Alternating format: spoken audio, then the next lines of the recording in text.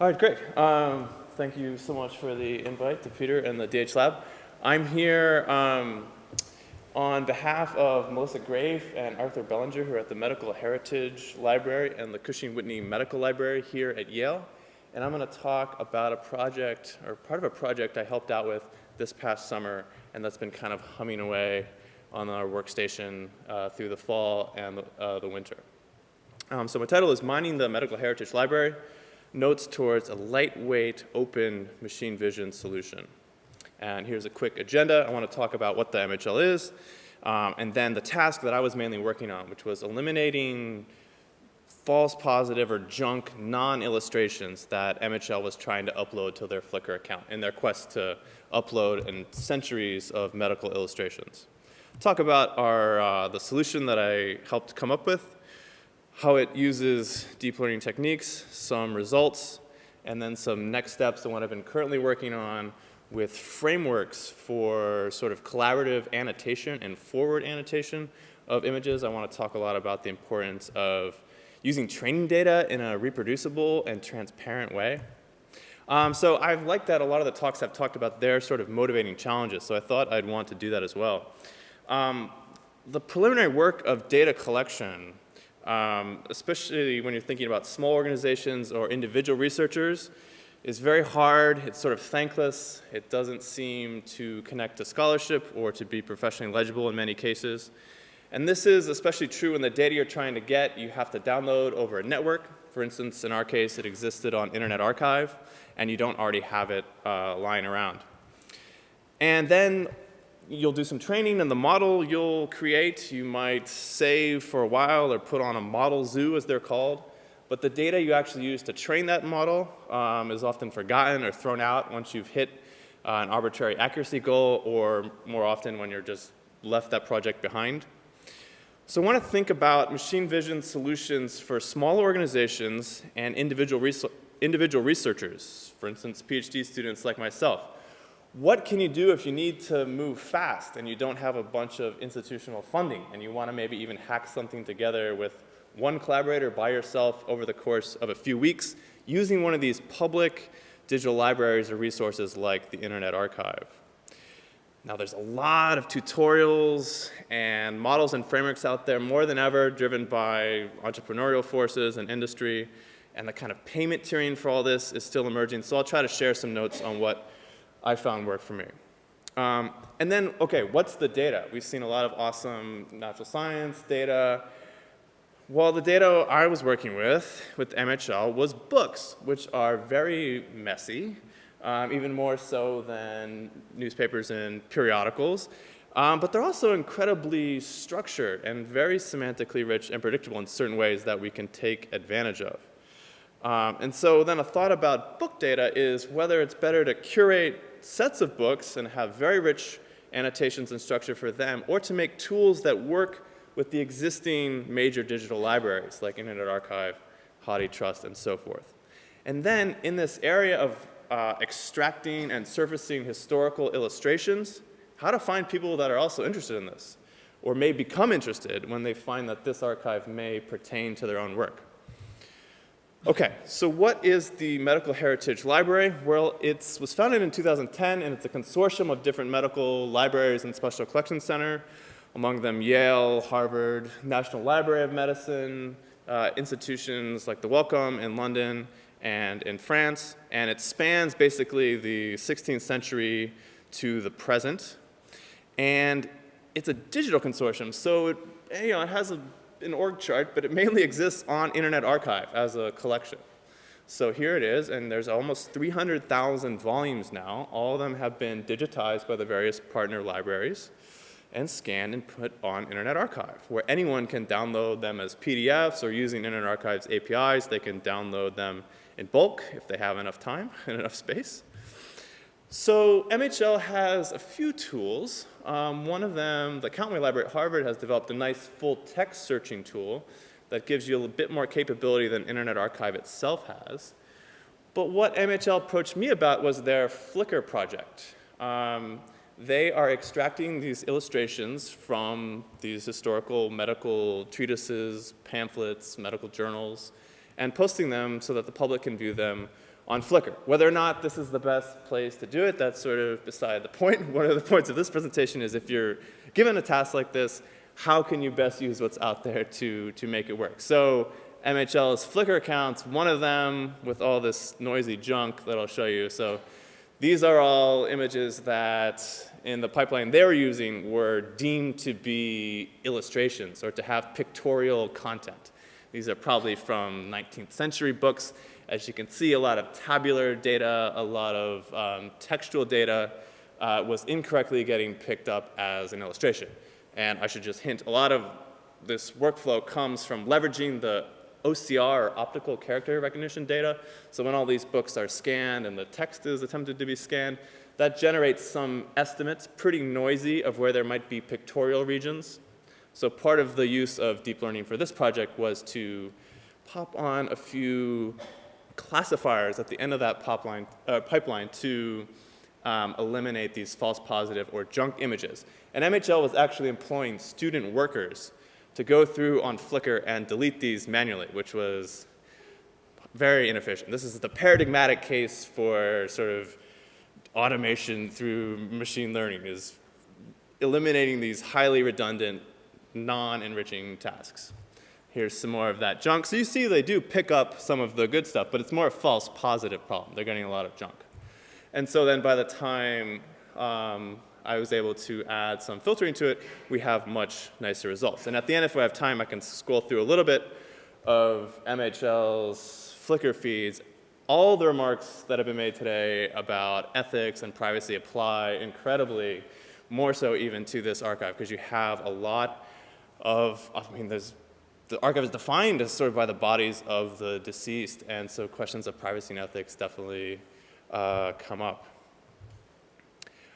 Okay, so existing work on this sort of in this space or in DH, there's been digital humanities, there's been a lot of, probably the most work on periodicals and newspapers. So the Library of Congress has a big project, the Europeana newspaper project, the British Library has something. Some nice papers that have come out recently, this one by Wevers and Smits uses retrained convolutional neural networks, and I'm glad all the details of what those are have been explained so capably before me.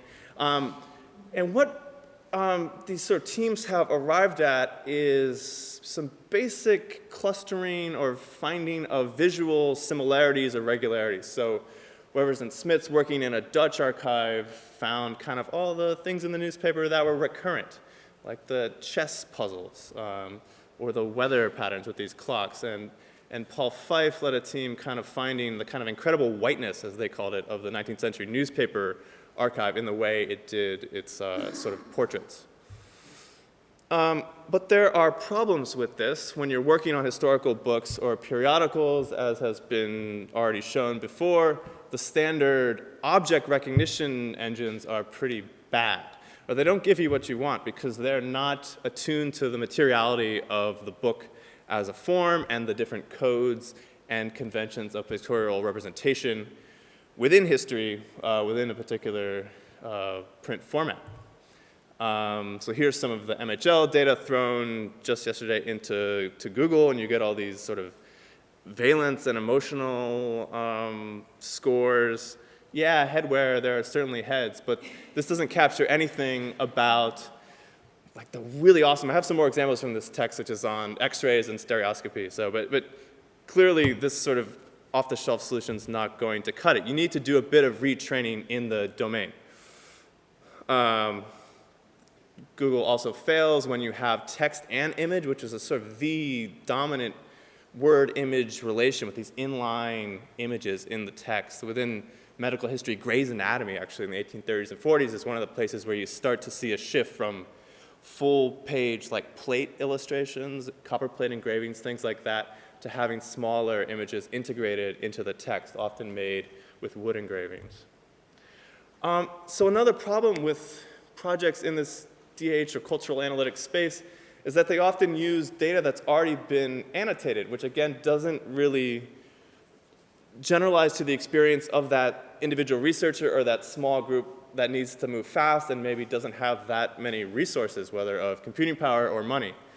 So you'll see at the bottom, a lot of these newspaper databases have already been had their layout annotated with tools like DocWorks or Viridian. Doug has done some very clever things, so he knows the way around this. But a lot of the work uses stuff that's already been mapped out. In other words, OK, it says on this part of the page, these coordinates, there's a picture there. And these parts, there's a column of text. Here's a headline, so on and so forth. But if you don't have that, how are you going to do it? So, and the data on Internet Archive does not come with that information. You're kind of going blind. So I mentioned that the way to cut down on the size of the problem is to use the OCR data. So here's a sample kind of random book from MHL. It's online on the Internet Archive. And because the Internet Archive is open, MHL is an extremely open public-facing organization, you can download anything you want, the raw images, whatever. So you can, and here's what we kind of do on our machine there. So we get those initial estimates of where the OCR thought, OK, this isn't text that I will recognize. This is a picture. And this has been done by a guy named Caleb Litaro. I worked this summer to try to speed it up a little bit and make it cleaner and incorporate the sort of filtering step. Litaro's approach and some other people have been to say, OK, the way we figure out when we're analyzing historical books where a picture is we set all these rules. We say, well, it can't be less than 50 pixels wide, and it can't come at the beginning of the book, and sort of all these heuristics about the size, the aspect ratio of the picture, where it comes in the sequence of page images. And we wanted something more generalizable than that, that could find book plates, illustrated covers, pictures of unusual size or aspect ratio. And we wanted to filter out the junk. So this sort of leads me to my first insight, is to sort of embrace the labeling process itself. So when working with cultural heritage data, especially in the context of these classification tasks, and there's really no other task other than classification, any technical solution is going to require acts of historical interpretation and comparison. So then noisy data, like what the MHL was facing, is an opportunity, I think, to collaboratively learn about historical ways of organizing and materializing knowledge. It's not a barrier to be overcome through a very one-time, clever engineering solution or through hard-coded heuristics. So corollary, we need as many people involved in the data labeling and annotating as possible. Ben Schmidt has made this remark kind of a more NLP-type project, but when you're working with data, and we were working mostly with 19th century data, but when you're working with historical data and classifiers, oftentimes what you're really looking at is the history of, in many cases, library classification systems themselves, or the way that the various people in the sociology of the text that produced the book as an object conceived of the division and representation of knowledge. So you're learning about historical epistemology as you do this work. OK, so at a very schematic view, there's a bunch of extracted images from MHL in a cloud that I can thank Damon for, actually. Here's a little logo from this Diffgram tool that I'll hopefully show at the end, which provides a kind of way to crowdsource annotation for small teams, individual researchers. And there's a GPU pointing to the fact that, well, what do we have for MHL? We had a little bit of stuff. We had a workstation with one GPU, and we had a few months to run it, so that's kind of the basic setup. So by the numbers, we started off by kind of doing a long 19th century project. So I said that MHL had about 300K volumes. A lot of them are in the 19th century for sort of obvious reasons having to do with intellectual property. So we ended up doing pretty much the full set of what MHL had for the 19th century for 1770 to 1899, 123,000 volumes. We extracted 2.2 million regions of interest. That's just a sort of neutral way. I don't want to call it a picture, because in some cases it's not. There are some errors. But there are visual regions of interest, and I'll talk about more how I trained the model and what I did when I was annotating bounding boxes around visual regions of interest in historical books, and how I want to do that better, and how I want all your input on how to do that better. Some facts about the speed of this. What do we use for this sort of transfer learning approach sitting at the end of this pipeline? One of Google's MobileNet convolutional neural networks. So it's a simple multinomial problem I'll talk about in a little bit. There's all these different classes of junk, and then there's different things that you want. And you apply this to the whole page image, then you keep the ones you want, throw away the junk. And then you use a mask RCNN, or sort of a localizing convolutional neural net to get the actual regions that you want and extract them from the page. And okay, in training, so I did all the labeling myself. And I think I did about 3,000 before I got tired for the first stage, which is saying like, hey, does this page have an image on it? Yes or no? And about 300 for the next stage, which is saying, okay, here's a bunch of pages with pictures on them. Draw a rectangle around where they are, and then let the network, which is trained on like the COCO data set, figure out background class versus region of interest class. Here's a sort of schematic. So here's a fun book by Matthew Bailey, read it in the 1790s, one of the first works of pathological anatomy. So depictions of disease, the etiology of it. There's a kind of fun literary history connection. The illustrations for this book here, shown here, were in William and John Hunter's museum in London, which was a kind of basis for the house in Dr. Jekyll and Mr. Hyde, which is kind of cool. Anyway, so if you dig deep on any one book, you'll find an amazing kind of thing. So it's almost frustrating how zoomed out this is, but a necessary first step. Okay, so great. So through the Internet Archive API, we can get, this book has 392 total pages, JPEGs. And then we use the OCR data to say, well, let's cut down on that. There's only 197 pages with a likely illustration on them. And here's the sort of taxonomy of classes that we came up with. So we only want to keep certain classes. Some are junk. We're not really interested in tables and charts, although there's some cool DH projects having to do with tabular data and diagrams. We only want to keep sort of inline images, plate images, and they were interested in book plates and end papers and things like that. So now we've cut down on the space of the problem a lot. So we sort of have these illustrated pages collected. Now, what they wanted to do with their Flickr project was really have a kind of crop or bounding box of the images themselves. So that's where the second stage of this network, this mask RCNN, came in. So you can now see. And when I was training the data, I kind of just went like, if you were to crop this image, what would be a natural human crop of image in a book? So you want a little bit of white space. I went back and forth. I wasn't super consistent on whether to include captions. That's the kind of like very nitty-gritty question you probably want a group of people to reach consensus on and then go for it, which is why I'm going to show Diffgram at the end, because it's a way of better achieving that kind of consensus. So anyway, this is the pipeline, and you end up with 155 visual regions of interest. And the nice thing about this is that the mask RCNN model can kind of decompose complicated illustrations that have maybe a couple different parts to them into the component parts, but also keep, in many cases, the full diagram. Okay, we've talked about activation maps. I don't need to do any material on that. Here are some examples of what was in the training data. So the junk class contained a lot of scanning artifacts. You see so many fingers and hands and stuff. It's great. And then the inline image class, we had great accuracy and precision for this. So these, again, are this dominant 19th century sort of mode, the wood engraving integrated into the text of the page.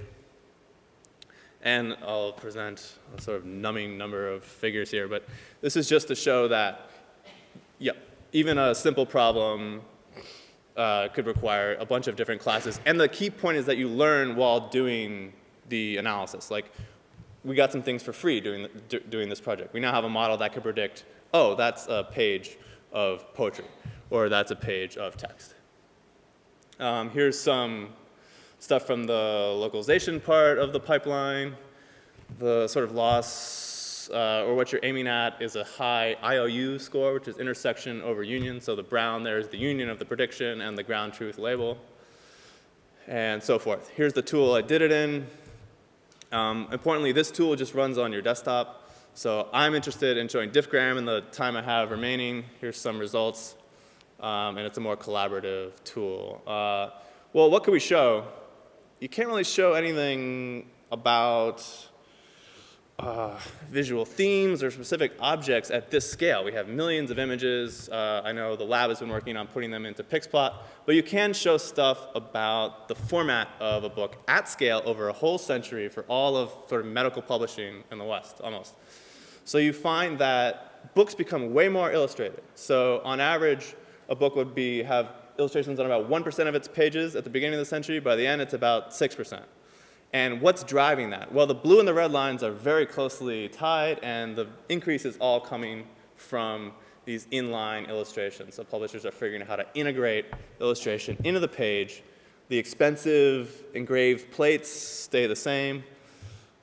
And here's a breakdown by city. So, okay, so as I finish up, what are we moving toward next with the Semi-Gel project? Well, the age of photography at scale. And we're going to try to have more focused experiments on distinguishing different types of photographic processes, considering more thoroughly these legal and ethical questions, thinking about advertising. Advertising starts to come into these books, and then representations of disease. Okay, so I just wanted to show you what I'm using now, which is called Diffgram, which uses a forward annotation.